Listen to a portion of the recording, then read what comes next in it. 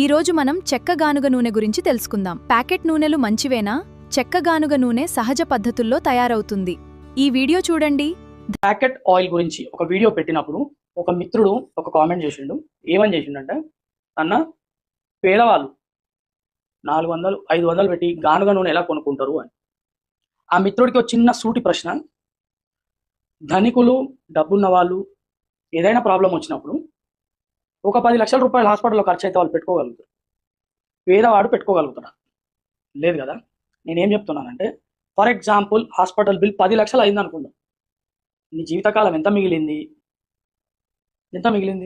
దాన్ని divided by చేసుకొని చూస్తే నువ్వు నెలకు 100 ప్యాకెట్లు 100 లీటర్ల నూనె వాడినా నీకు అంత ఖర్చు అవ్వదు. కానీ నేనేం చెప్తున్నానంటే, 500 నుండి 600 రూపాయలు పెట్టి ఒక లీటర్ తెచ్చుకుంటే, ఫర్ ఎగ్జాంపుల్ చెప్తున్నా, ప్యాకెట్ ఆయిల్ నువ్వు నెలకు ఒక 10 వాడినట్టయితే 2000 రూపాయలు, దాదాపు 1700-1800 రూపాయలు అవుతుంది. ఆ 1800 రూపాయలు అంటే దాదాపు నీకు ఒక 3.5-4 లీటర్ల ఆయిల్ వస్తుంది. దాన్నే అడ్జస్ట్ చేసుకో. లేదా 4 లీటర్లు వాడేవాళ్ళు 2 లీటర్లే వాడండి, మా అయితే 100-200 పెరుగుతుంది.